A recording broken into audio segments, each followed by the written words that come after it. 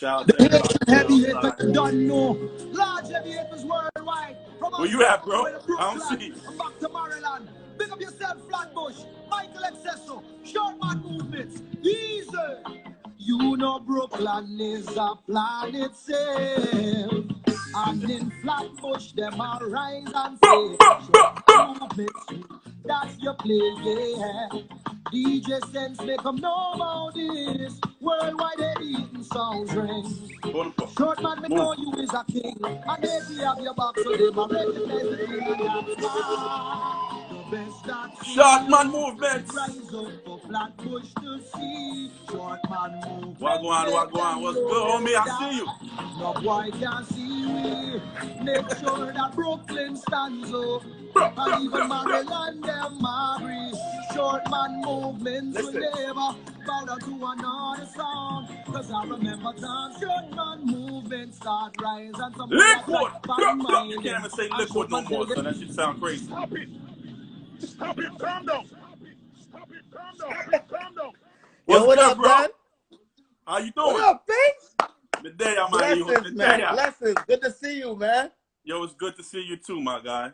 It's been a minute, man. It's been a minute, though. Yo, we're gonna have to start this from the top. You know that, right? Say it again. I'm sorry. We're gonna have to start this from the top, bro. We gotta talk like I never met you before. Let's do it, man. All right, so let's get straight to it, bro. Where you What's from? up, man? Flatbush you from? Say it again. What part of Flatbush you from? I'm from East Flatbush, man. Was born in, well, I actually grew up in the 40s. In the 40s? Yeah, 46 there in Clarendon. Okay. Yeah. I've been in Flatbush basically all my life. East Flatbush though, but not like Flatbush itself, for like 2 First and all them sides. But I grew up on 46D in Clarendon. Like that was my stomping grounds. That's where I grew up to learn the culture, like especially in them days. Talking about mid-90s and shit like that. I mean, that's what that area is about, man. That whole area's got a lot of culture when it comes to music. So I want to know about Shortman, the 1982 Shortman who had on the Brooklyn shirt. I want to know about Liquor Shot, man.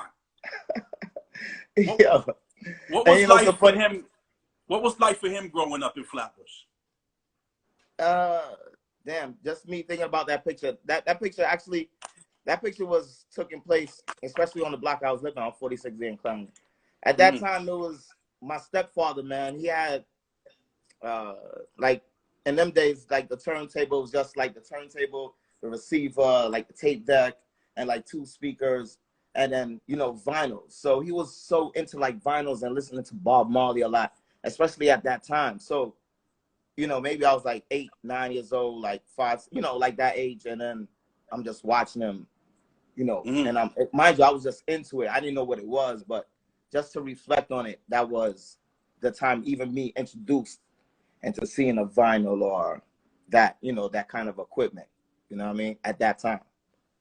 So wait, where's your father from? What country? No, my stepfather, Haitian, yeah, a whole Haitian background. So your stepfather's Haitian, but he was listening to reggae and all that back in the day. Yeah, all of that. Had all of the Haitian them you know, Tabu Combo vinyls, all of those, man. Like, yeah. And then listening to Bob, and he was just into that whole culture too. You know what I'm saying? That's dope, man. Yeah. So that basically that's your influence, because I heard Kid Capri was your influence. You had a couple of different DJs that influenced when I started growing up now and learning the craft and taking it serious, and then watching them guys doing it, you feel me? So I was like, yo, you know, and even when Kid Capri at that time and the way he was impacting and talking the mic, like so energetic, that was the vibe. Like, you know, I took that in, like, you know what I mean? So Kid Capri's a beast. Especially in them days, like the mid-90s, forget about it. It's crazy. Yeah. All right, so listen, so I heard that you used to work at Beat Street. Is that true? Oh yeah. Yeah, I had a good 3-year run in Beat Street. Yeah. What was that like? Can you explain Beat Street for people who never been to Beat Street, don't know nothing about the old downtown? Like, what was Beat Street like back in the days? Beat Street, I was there from like 97, 98 until like 99, close to 2000 a year. But B Street was the hub of vinyls. If all the DJs, like, especially at that time, B Street was the king of vinyls. I mean, people from all over the world traveled just to come there to go to B Street to buy vinyls, records, and 45s. And the mixtape game was crazy too. And then slowly, then the CDs start coming out. Like, I watched all that shit involved working at B Street at that time. You know what I'm saying? Especially at that time too, I was more deep involved with the hip hop scene, because early in the 90s, I was more into the reggae vibes. But working in the B Street time, I was more now influenced heavy in the hip hop, with with Wu-Tang and all them dudes there. It was that moment there. But the vinyl game, only real DJ niggas come down there. You feel me? That was it. You gotta go all the way to the back. All the way to the back. You gotta walk a block and go straight to the back and get your vinyls. And they had a layout, like an amazing layout of vinyls, bro. Old school to the new shit. It was amazing. Like DJ heaven. You know what I'm saying? So now these kids have it so easy. It was like bang, bang, bang, and they're ready to go. You know what I mean? I mean, we went through it, carrying crates to the highest level, man. So let me ask you a question. So you started out, you was down in Beach Street, but where did you get your reggae from? Because I mean, Beach Street didn't really have like the grimy reggae that we look for. Nah, we was going to a Superpower. Of course. We was going to Barry. We was going through that era, man. Like VP was the shit too. But in my neighborhood, especially in the 40s over there, we used to go down, on Church Ave in 48. Every day we was in Superpower. So that was 45. We was buying 45s every day. We used to scrape up the quarters. I remember buying 45s and quarters, man, for $1.50. You understand what I'm saying? Like, it was serious. Like, you had to get the new tune up. Yo, it was so funny. I was just talking to my cousin a while ago. Them times, it was no radio to tell you what the new record was. No. From you in there, you hear what it was. The streets. That's it. To the streets. That's it. Oh, give me that. I know that's going to be the shit. Yep. On your own vibes. Nobody was just showing you this the new hit. You know what I'm saying? Yeah. So at that time on the come up, it was Superpower. We used to walk all the way down to Flatbush to what's that guy named Barry U. Down by church. Down on Flatbush. Yeah. Yeah. Feel me? So yeah, man. Like, that was the come up. Superpower. That was the come up. Yeah, VP Records and Queens and shit, yo. I was telling my boy, like, back in the days, you could have had $10, and that would have been your only $10, and you would say, yo, I got to go buy this record. You could be hungry, bro. No, we was fiending for it. I didn't want no food. Like, what, that Bounty Killer? Give me that. I needed that. Like, nah, it was like drugs them days, Rude Boy. Yo, Dan, like, there was nothing. Like, niggas was so, like, I was so zoned into that realm, like, getting 45s, like, it was ridiculous. You get me? And then, mind you, I couldn't keep it at home. My mother, the old school Haitian parents, oh, my bless, are you like I wear? Blah, blah, blah, blah. So it was a mess. So I had to keep it on man crib, and we built a little sound together. It was just, But yeah, that was the drug, though, 45s, for sure. So that's ill. So you, as a Haitian, you brought, well, your stepfather used to play reggae and stuff like that. So that's why you got that influence. But the Haitian influence, did you bring that to your DJing, or was it just mainly hip hop and reggae? Nah, it was the Haitian vibes. Mind you, my mom is Haitian, my stepdad. I mean, my family period is from Haiti. I was just born here, and you feel me? And mind you, them days, every birthday, every communion, them days, them Haitian parents, they throwing a bottle, they throwing a party for you. So the Haitian music was bubbling crazy them days. So all that was dapped in.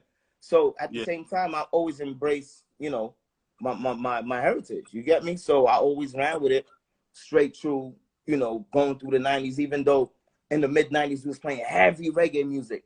Heavy. Like, that was the zone at the time. Listening to Stone Love. I wanted to be like Rory. I remember that. Yo, me too, bro. I wanted to sound like him. Yo, I based my whole voice off of Rory. I was trying to perfect this voice at the time. Hold on, let me hear it. Give me a Rory voice. As we inside. Yo, that's facts, bro. That's facts.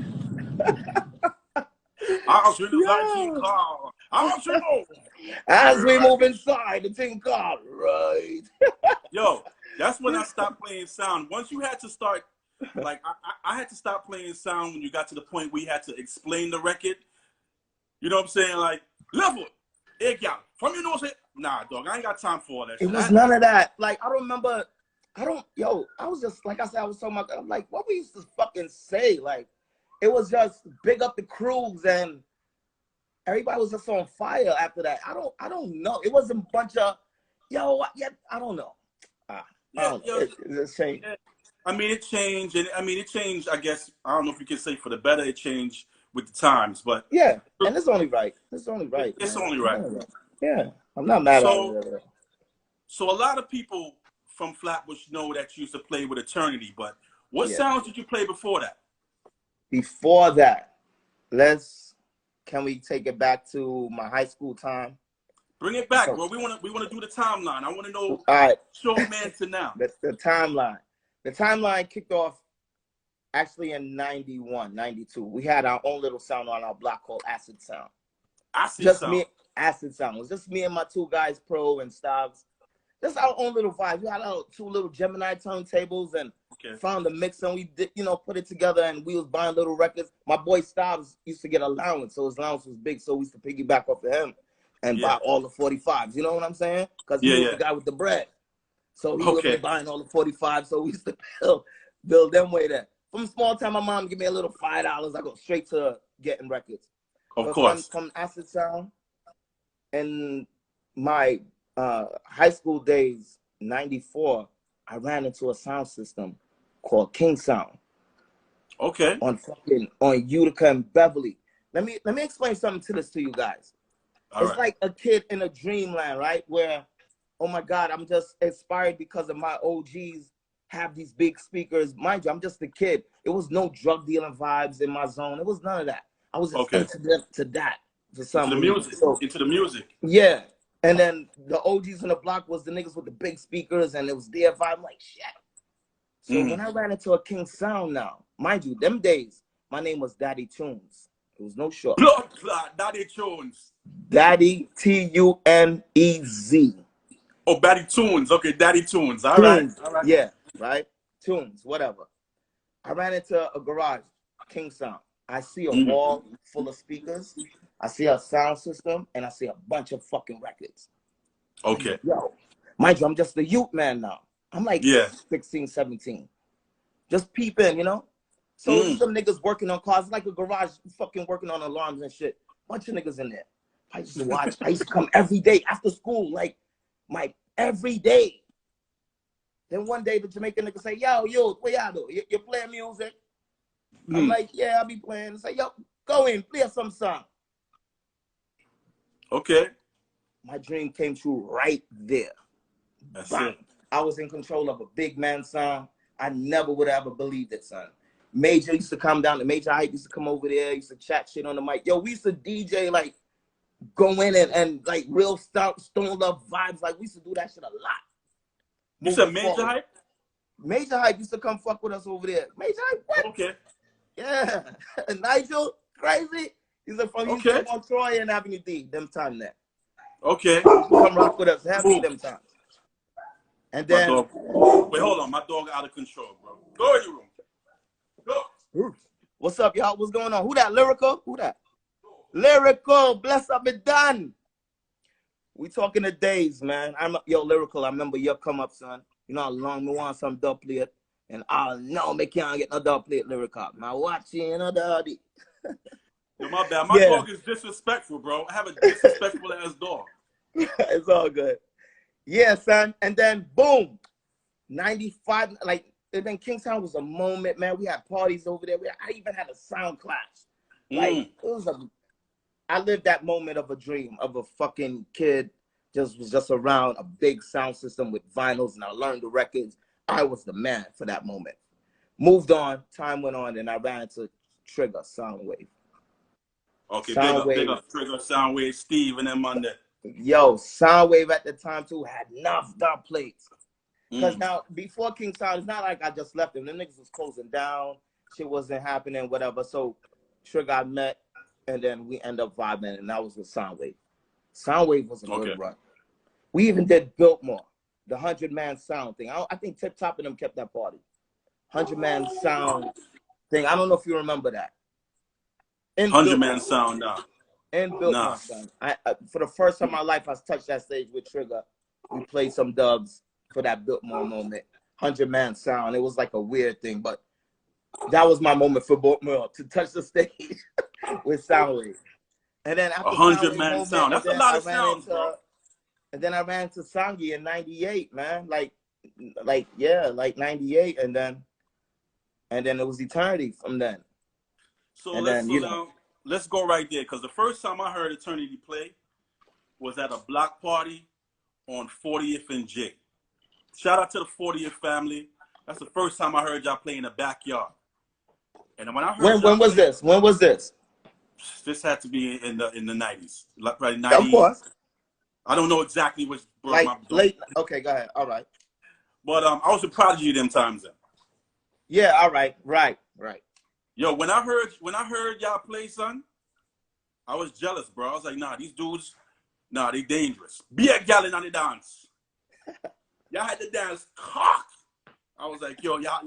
So tell me about the experience with you and Sangi and how that came to fruition.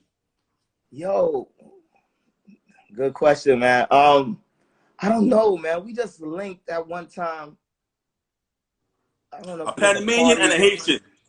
Yeah, Trinity and Haiti. Like, I don't know, maybe it was Soundwave days, because I actually met him when I was rocking with Soundwave before.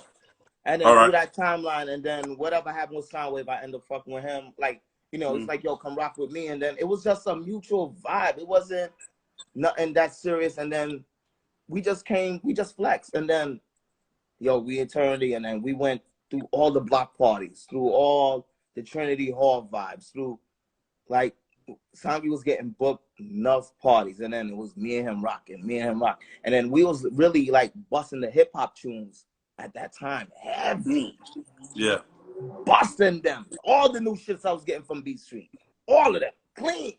So you were still working at Beat Street at the time? So you was the plug. You was the plug for the hip hop. We was getting the vibes, man. I met Aaliyah. Big up Kando. I see DJ Kando in the building. Big up Fiend Line. Big up. Dan, I met Aaliyah in B Street, man.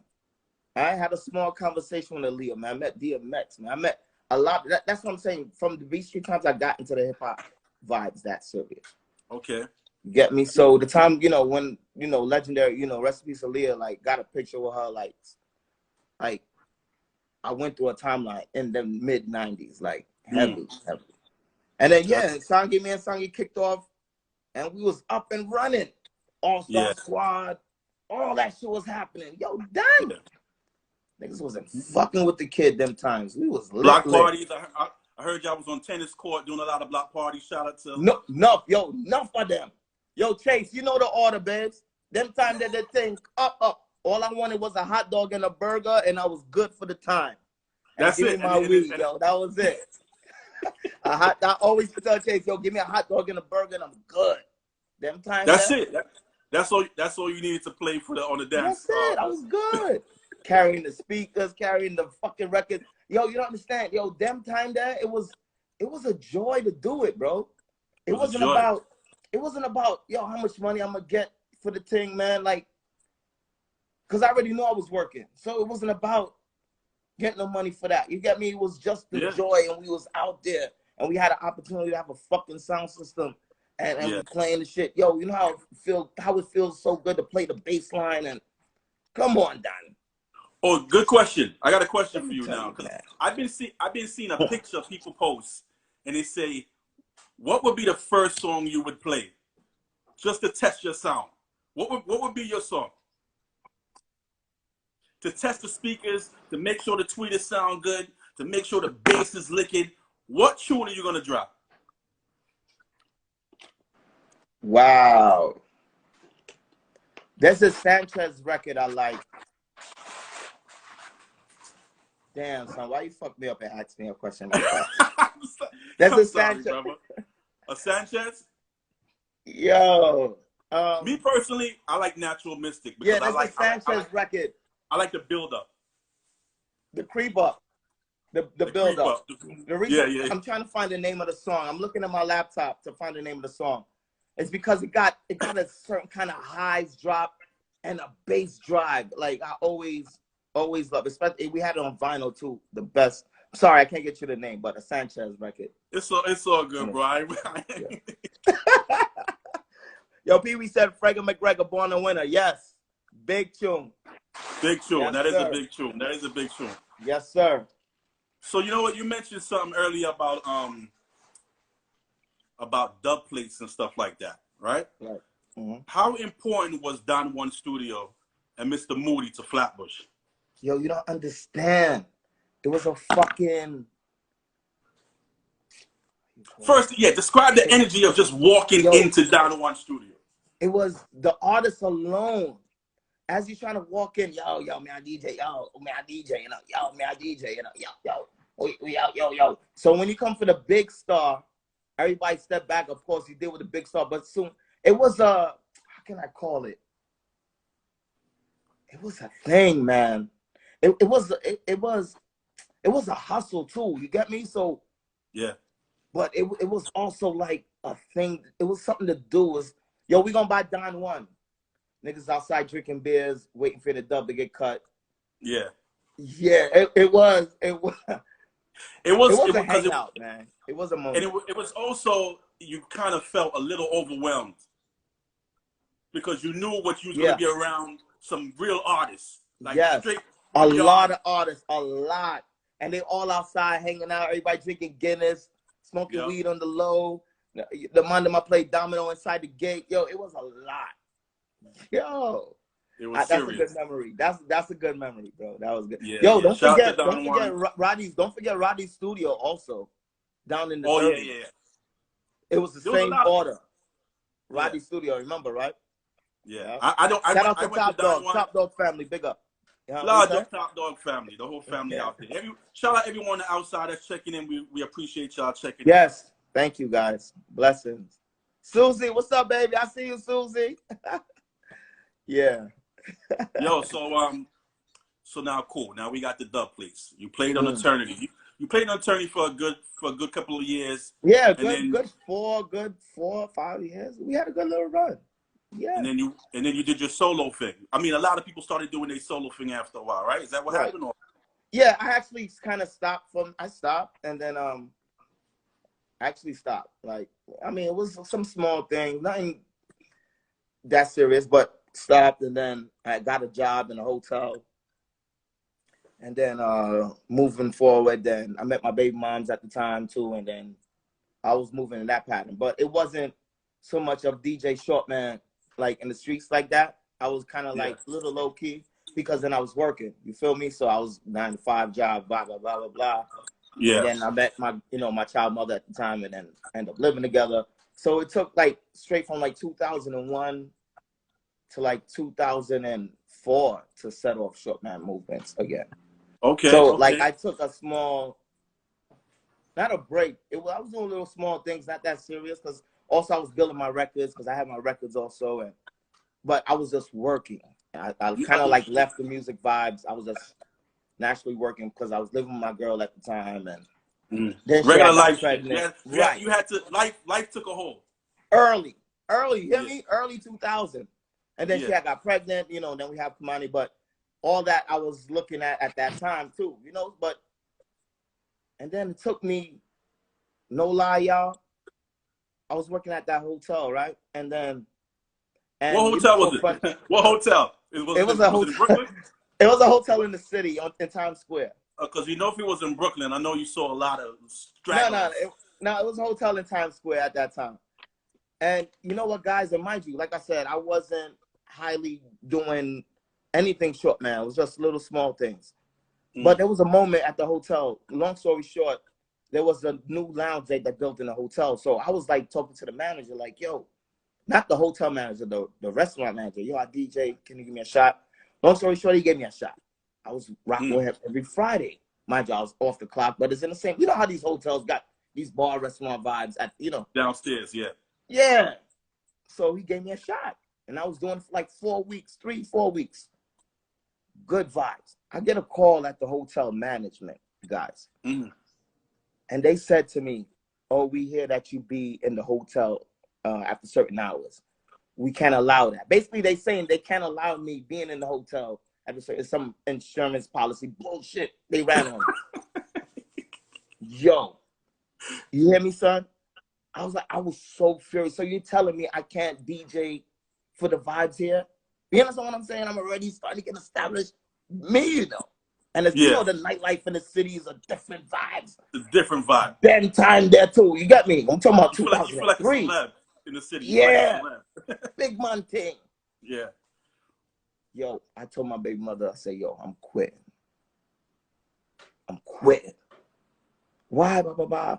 How you want to tell me I can't DJ? Like, it came a force was like, how you going to tell me I can't DJ? Like, I'm not on your payroll at the moment. Like, how you? Yeah. So it was a thing. And she was like, yo, fuck it. I support it. Let's go. From that point on, 2004, we had GWAN Radio, Shortman movements. Thing. All right, good. I'm glad you said GWAN Radio because that's exactly where I want to go. Yeah. So GWAN Radio, every Wednesday, used to be in the bowling. It was actually every Monday, Wednesday, and Friday. So tell me about that experience for people who weren't around for GWAN Wednesday and Monday and just that whole energy. Matter of fact, hold on, before I even go there. Pirate Radio was something that hit Brooklyn hard in like around 2004, I think. I think it was around 2004. There was pirate stations all over the place. Tell me about the experience when pirate stations came and just took over Flatbush, and all of a sudden everybody's a fucking radio DJ. Yo, Dan. Yo, big up On Track. You're right. Them niggas stole my records. Let me tell you a quick story. Big up On Track. And that's some real G shit. And I'm always love this man. Let me tell you some G shit real quick, Face. On Track, big up yourself, right? Yo, there was a time the man them stole my records from the rock, out of my man car. Whatever happened, it was a situation that happened. My records got jacked. I was hot for life. Like, I didn't know what the fuck I'm going to do. It was like, mind you, we didn't have, I don't know what we was using, little beat, but I don't know what. And I had told Track about it. And Track said, yo, don't worry, I got you. That's what made me start into CDs. Track gave me a bag of CDs. Not like a bag, like he gave me some CD from VP, like basically start to build from there. Like, start to build your CD movement from there. Because mind you, I was just all vinyl before I switched to CDs. So On Track was the first dude to step to me and gave me mad CDs and say, yo, try to start building from this. So big up On Track on them vibes there. I'm never going to ever forget that. Shout out to On 2000 and fucking, that's when the rock was shaking and we were still doing vinyls crazy. Yo, Shout out to On Track. Shout out to On Track because we spoke to him recently and we learned Yo, he said, man, was stressed. Yo, Dan. And then, you know, so funny, after 2 weeks or so, I end up getting back 1 crate. Sangi ended up getting back 1 crate for me. It was some weird bullshit. But anyway, that was at the time. But Track ended up me starting to go to CDs. But anyway, go back to the vibe. But he just, I just wanted to put that out there. Good, clean. Yeah, go ahead. I'm sorry. What did you say now? So you played on a couple pirate stations at that time. Yeah. Right? How many stations did you play? No. On some G shit. Big up to Steely Bashman. Yeah, big up Steely, of course. Big up Steely, right? He came to me, said, "Yo, I'm about to do this underground station shit. What up?" I'm like, "Yo, let's do it." And the funny thing, where I was living at, the station was down the block from where I was at, so it's easier access for me to come link him and help him with the shits. So anyway, I was on Steely neck to neck. Everybody used to call me Little Steely fucking server boy. I didn't care because I knew it was the bigger picture. We was getting this radio shit going. Yeah. I was so enticed. You don't even understand. And then the man, it went up. Boom. GWAN Radio. And then my nigga, we shell it. It was a bunch of us. And then after a few months or so, then I called Sangi and Sangi, let's come in and do this together. Then we had the SNS show. Running. Yo, GWAN Radio's running for a good 4 years. Clean. What? Nah, that shit was crazy. Yo. Crazy. And I ain't gonna lie, for the record, yes, I had my little Shortman movement's name, but GWAN helped put the name to the broader. Because now it gave me my own lane, especially when I was doing Wednesday. I was doing Monday, Wednesdays, and Fridays. So I had 3 days, 6 to 9. So it helped me build up the name even more and got more into the dancehall scene and Angela Stryker and Claude and them, all of that. You get me? So yeah. Big up GWAN Radio, clear. Big up GWAN Radio. Shout out to Steely. Shout out to everybody involved. because they changed the dynamic of. I remember I used to drive and then listen to Wagwan. I used to hate when I get to the city and you start losing reception. Like, damn, son. Yep. You start losing the reception of, you know what I'm saying? Yo, big up Fabian and big up everybody in the building. I see Clay. There's Yeah, man, big up the 4-6 crew. Big up the 4-6 crew on the check-in. Divine, what's up, King? Big up yourself. Large up King Lion in the house. Oh, speaking of King Lion, man, we lost German recently. Dan, you don't even understand. Like, German, just to be clear, ladies and gentlemen, he was one of my big bros, my mentor. He's a brother I could talk to, like, even before I end up going away and shit. Like, he even gave me advice before I went away the first trip. Say, yo, do what you gotta do and make it happen. It's only you, Shorts. You know how German talk. It's you, you know, King. It's you, you know, King.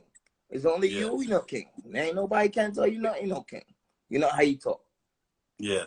And then, you know, I'll go on my journey, but I haven't seen German. From time to time, we pick in, and I see him, I touch him, and, you know, just talk, text. And then I came home for this Corona thing, so I could at least be close to everybody, my mom's. And then a week later, I'm seeing German. I'm like, I call Sangi. Sangi's the first person I call, bro. I'm like, yo, what the fuck am I hearing? What am I hearing right now?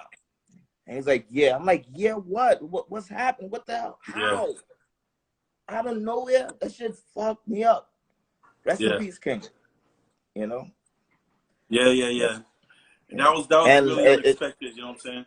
And he was building a movement. He was building his reggae movement, like this shit. It was POS, popping, right? POS. Yeah. Power of Reggae.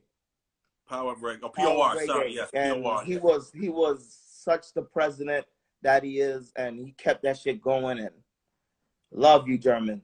Never gonna forget you, King. Yeah. Yeah, man. I just wanted to throw that in there because I want to make sure we show our brothers some respect, and everyone else who passed, show them all respect. You know what I'm saying? Yeah. But so Wagwan, man, big up to Wagwan Radio. They changed the dynamic. Yes. What was it like playing inside? Because didn't they do Wednesdays inside Diplomat Bowling Alley? I think we had a one or two few thing, but the major thing was more in the Arc. Wagwan Wednesday, the Arc. I think we had the Arc, and I think we had a Rock a few times. It was more what it was, track, like it was a lot of the Arc though. We had the Arc crazy. The Arc was at crazy. Wagwan Wednesday. Yeah. The Arc was crazy. Yeah. Faye, what's up, Pop? I was just having a conversation with Stray Heat about Yo, pick up Stray Heat. Yo, we did a lot of remixes together. Be clear. Well, you big up Stray Heat, man. We did a lot of remixes together. Please be clear. Shout out to Obsession too. We did that Bone Crusher joint. Also. Oh, y'all did that together? Yes, sir. That's crazy. Yes, I didn't know that. Yes, sir. Well, yo, listen, yes, sir. Give me an experience in the Arc that is one of the craziest experiences you had inside there during Wagwan. Period. And describe the Arc to some of these people that never been there. Yo, Dan. First of all, the Arc was just a turn up, high level speed vibes. It was never no lame eyes. Early warming, but in the turn up, especially when we used to jump on. I remember, yo, them time that I was doing a lot of remixes. I remember one remix. Which remix, man? We had say bang bang bang bang bang. I think that it was one of those, and that place left yo. Oh, you was part of that. You was involved in making that. Yeah, remix? I played that mix there. I was the one that. Big up Sangi in the building. Sangi, I was one of the guys that I mixed that record. I was juggling that time at that moment. It was a remix I did, man. Wow. On the hip hop beat. That's when the reggae and the hip hop beats was heavy. Yes. It was flip music, son. We was burning them. Facts. Crazy. Yo, done. We set mad trends in the hood, son. Yeah. Yo, you hear me, Dan? Like it was. Yo, Dan, I meet Bus Collie Buds, you know, in Brooklyn. Oh. Over there on You know who Collie Buds is? And when we had Wagwan Radio. Buds. Yes. Yeah. Collie Buds, yes. When we had Wagwan Radio. Yeah. I meet Bus Collie Buds.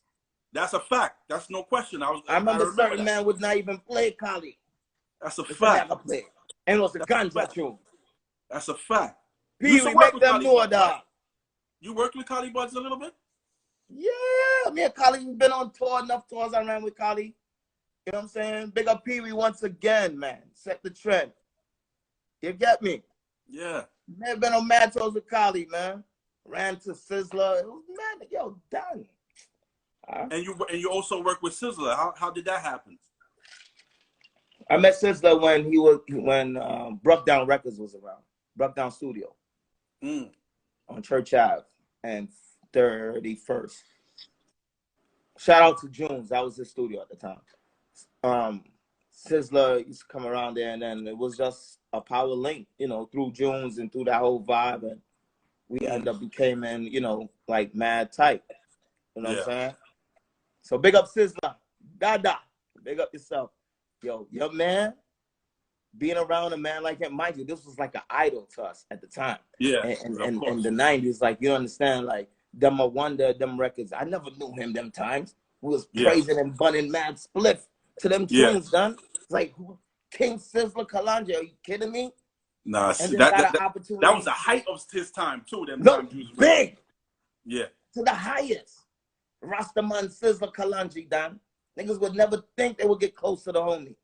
So, I look at here, Sean Youth. Oh. I move with Sizzla Kalanja. Flew me to Jamaica. Done. The man flew me to Jamaica.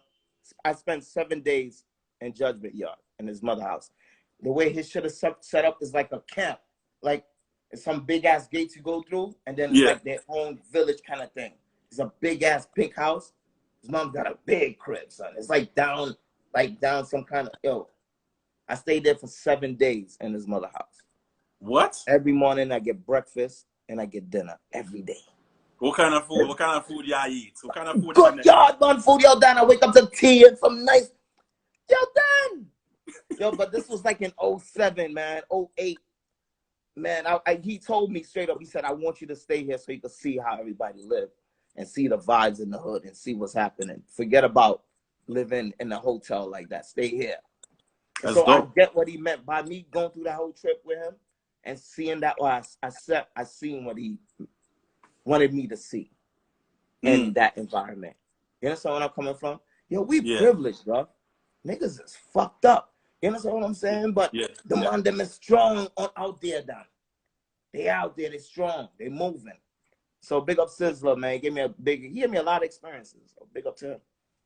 Yeah. That's dope, man. To hear your progression from where it went to where you are now, we want to definitely get to that point because we got to respect you also. We appreciate you.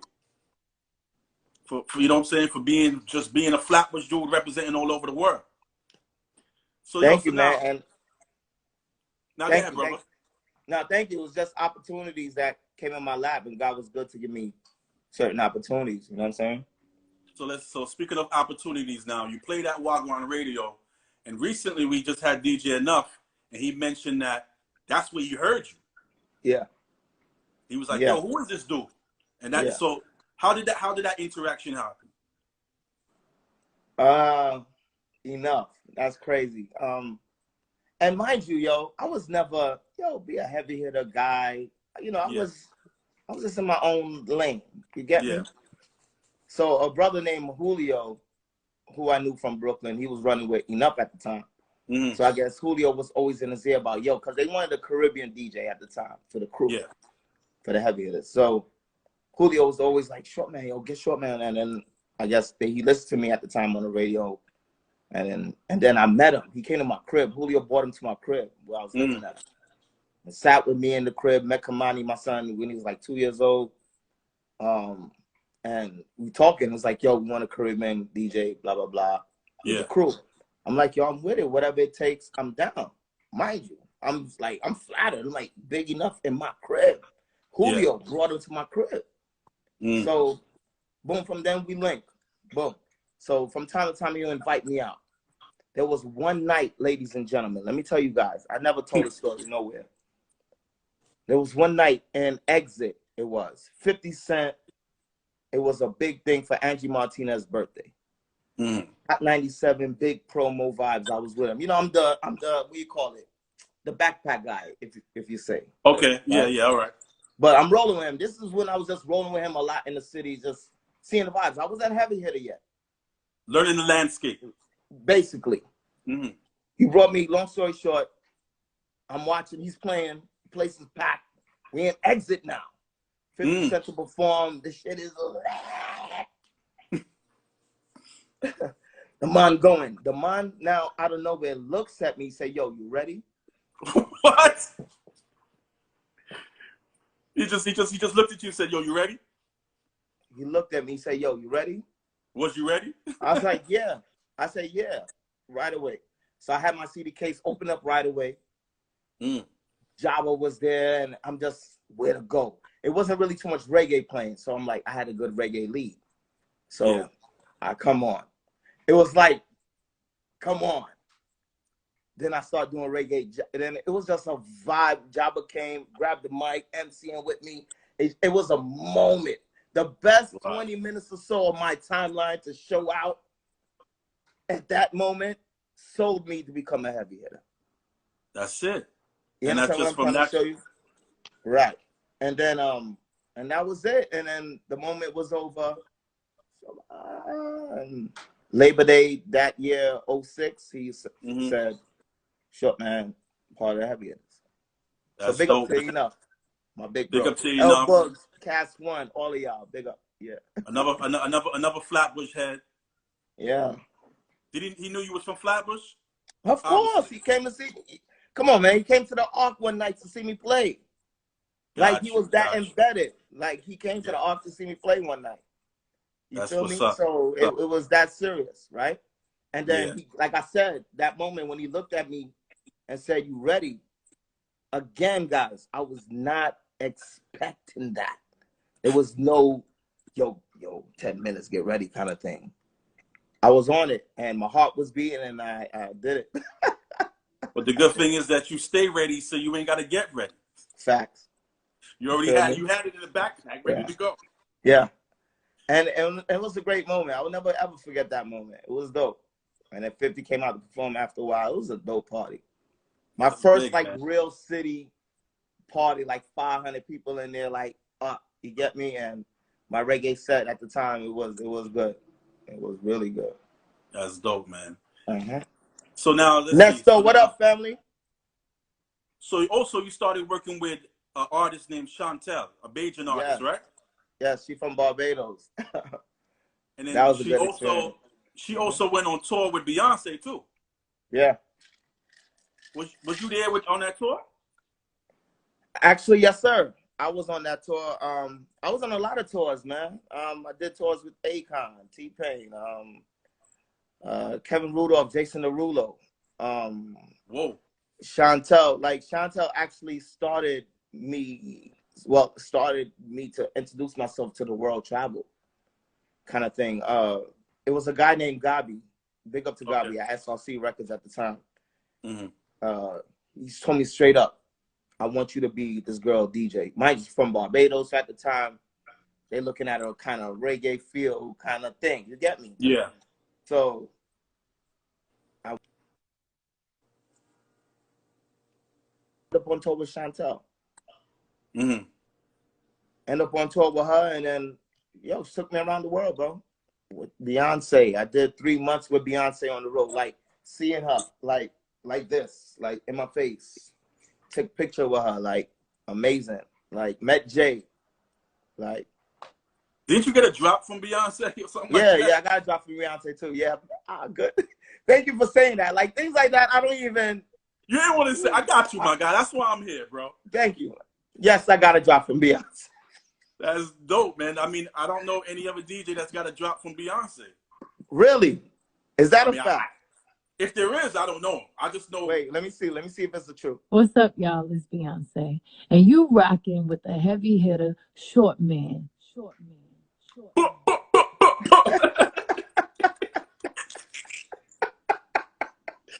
Listen, man.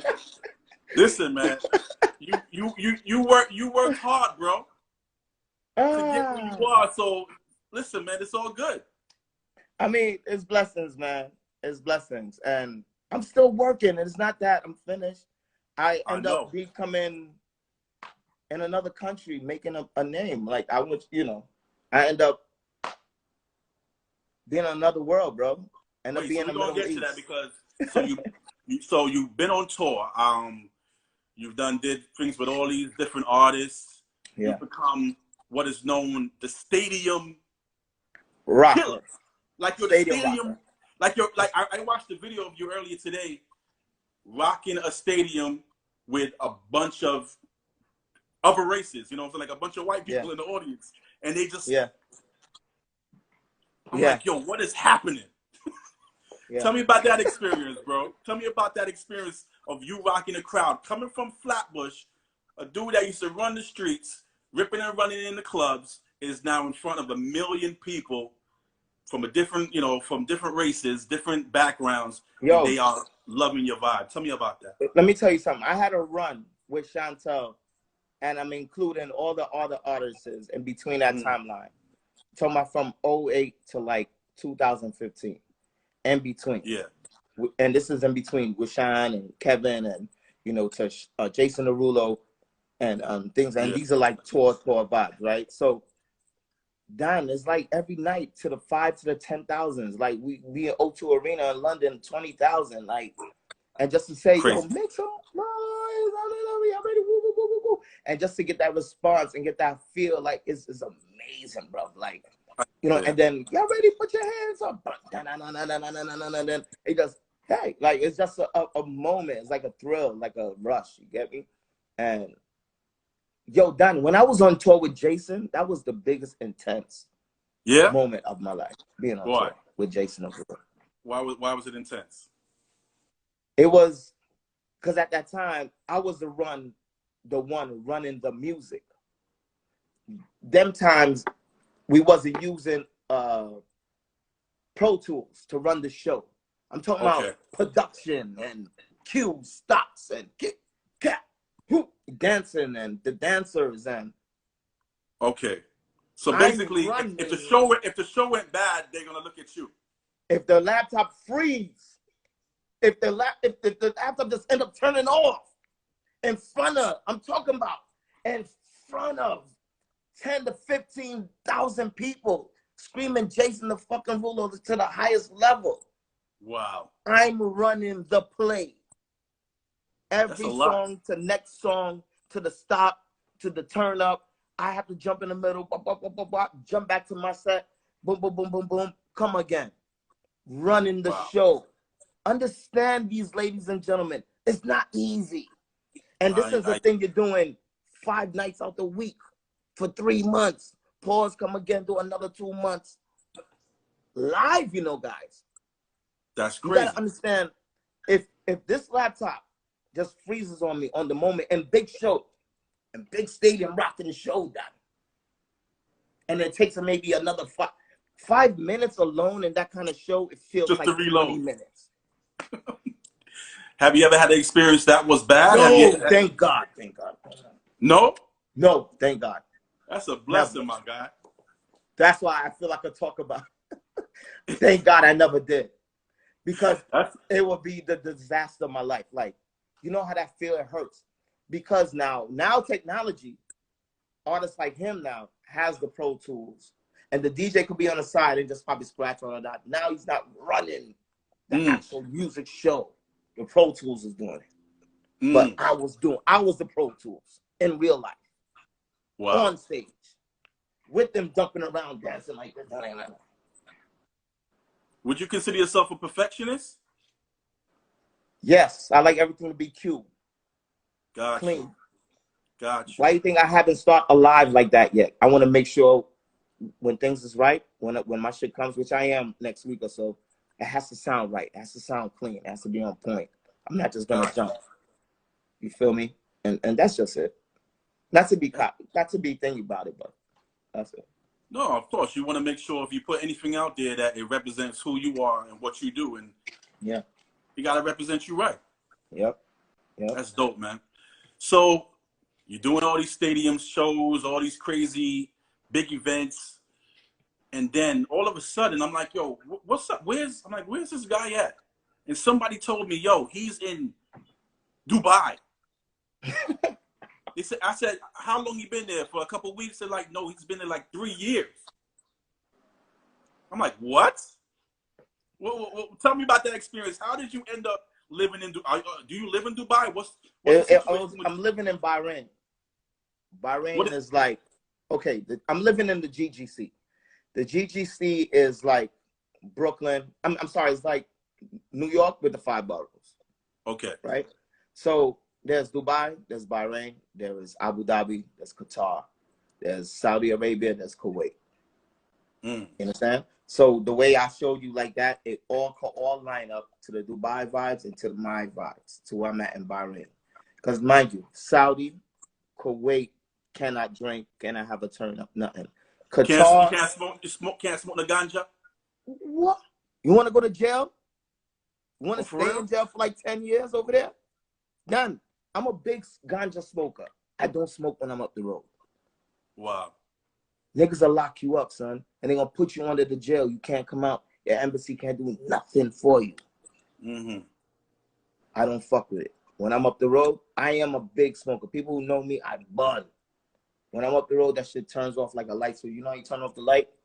Yeah. Done. That's it. So that's the drugs game over there is at a high with police thing. Like niggas ain't fucking with it. But don't get it twisted. Niggas can get it. But I'm not fucking with it. You get it ain't worth the risk. It ain't worth the risk. Hell no. Feel me? And the place is small. So it's like I'm already the top guy in the ends. Oh, Shortman smoke too. What? Get the fuck out of here. Nah, sir. You ain't seen me in that gang. Nah, man. Like, good. And you're there for work, really. Right? Yeah, it's work. It's work. I became, okay, I'm in Bahrain. Actually, I got out there in 2016. I had a friend of mine who hit me up about it. There was a company who owned like 2 clubs out there. And they wanted a resident American DJ from the States to be their resident DJ for the club. And when I got the call, you know, I didn't know what Bahrain was, but I knew it was near Dubai. I'm like, blah, blah, blah. I was kind of heavy about it. Then my cousin's like, go. So I said, fuck it, let me go see. It was for 3 months. Okay. They was going to pay my on board, put me up, pay me a salary every month. Basically, I'm good. Yeah. Good change, too, to start off. For 3 months. Check it out. I said, I go. Boom. See the vibes. See the vibes. See the crowd I'm dealing with. There's a big Navy crowd out there. Navy? There's a big Navy base. About 5,000 to 6,000 Navy people, Americans, live in that island. Okay. All right. I didn't picture that, but that makes it a little bit more comfortable. Right. So with them now, they had a big Navy crowd on the weekends over there. So they wanted American DJ to basically entertain them. Okay. So that's where my job came to play. So then after the first 3 months, seeing the order, first of all, they was like, yo, we don't want you to leave, we want you to stay. They extended my 3 months, gave me more bread, and said, chill. I'm like, oh. I'm like, yo, I don't think I'm coming back home. I'm gonna just watch the vibes. Wow. From then it turned into 3 years. So then I got opportunity to go back and forth to Dubai and Bahrain and start my business in Bahrain. I mean, in Dubai now. But now everything fucked up, slowly game up. But yeah. Is the Corona thing big out there, or is it big time? Everything shut down. That's why I came home. I didn't want to get stuck out there. Yeah, I didn't want to get stuck, so I came home. Yeah. Okay. Oh, you're home right now. Okay, got you. Wow, brother. Yeah, that's crazy. So we went from Beach Street to DJ in Bahrain. I can't even pronounce that shit. That's how you know I ain't never been there. Bahrain is an Arabic country. Yeah, I'm playing Arabic music now, son. I'm playing Arabic music now. Heavy juggling, like I'm juggling. Yo, that's vibes, big, man. You know, we lit, son.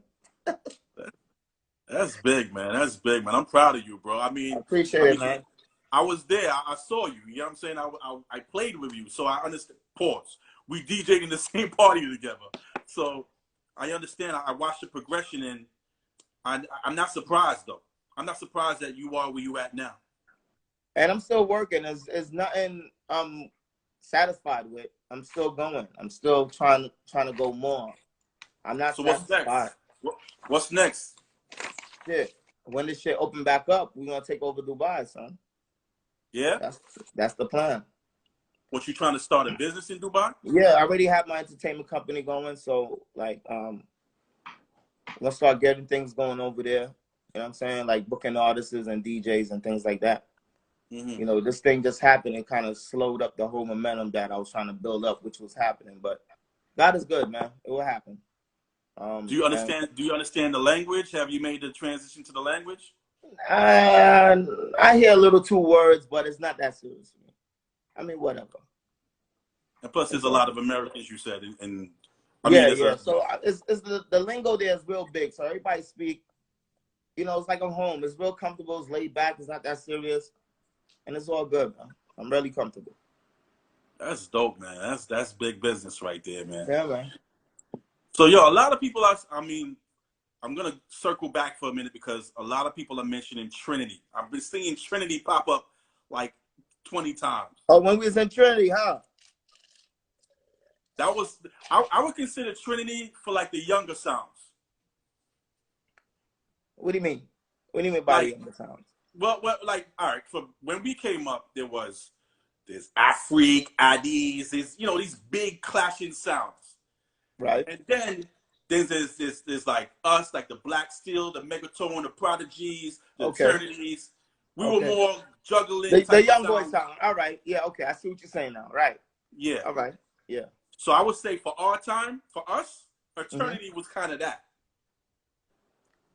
You know what I'm saying? Yeah. I mean, yeah, niggas built some stripes. I mean, it was a moment, man. Like Sangi could tell you, yo, Goo, we built a lot of moments, man. Like a lot, man. Like it's a lot I don't remember, but I remember how that stage used to look.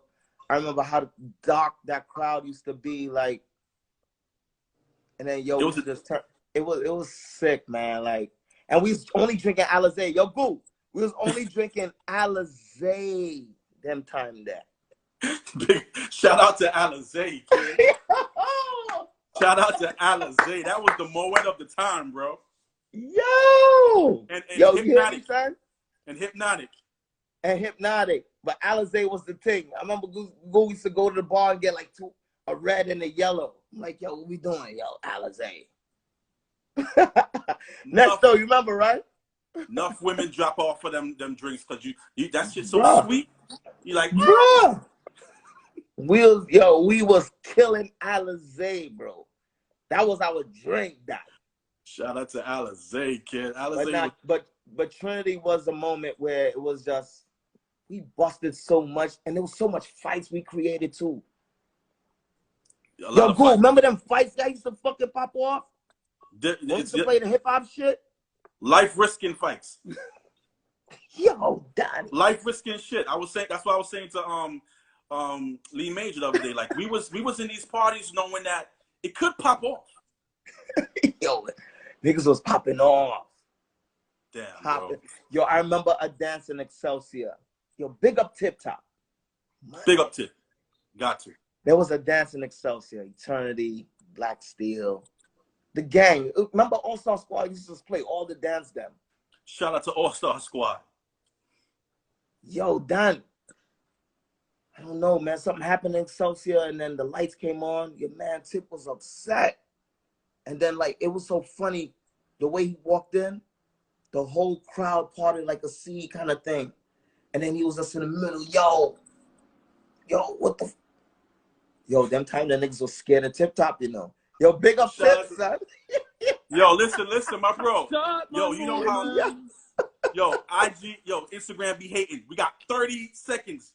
Do your Yo, big up everybody, man. Yo, we had a good time, man. Talking memories, man. Big up to y'all, man.